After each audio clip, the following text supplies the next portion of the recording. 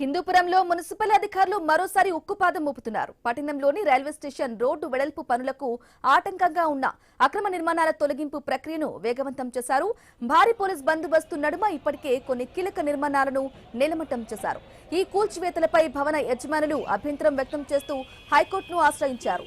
కోర్టులో పిటిషన్లు దాఖలు కావడంతో అధికారులు ప్రస్తుతం అడుగులు జాగ్రత్తగా వేస్తున్నారు. మరోవైపు రోడ్డు వెడల్పు పనులకు ఎవరు ఆటంకం కలిగించినా సహించేది లేదని అధికారులు స్పష్టం చేశారు.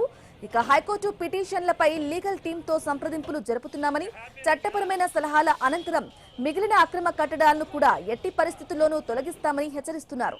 పనులను త్వరితగతిన పూర్తి చేసి ప్రజలకు అందుబాటులోకి తీసుకురావటమే తమ లక్ష్యమని మున్సిపల్ అధికారులు చెబుతున్నారు.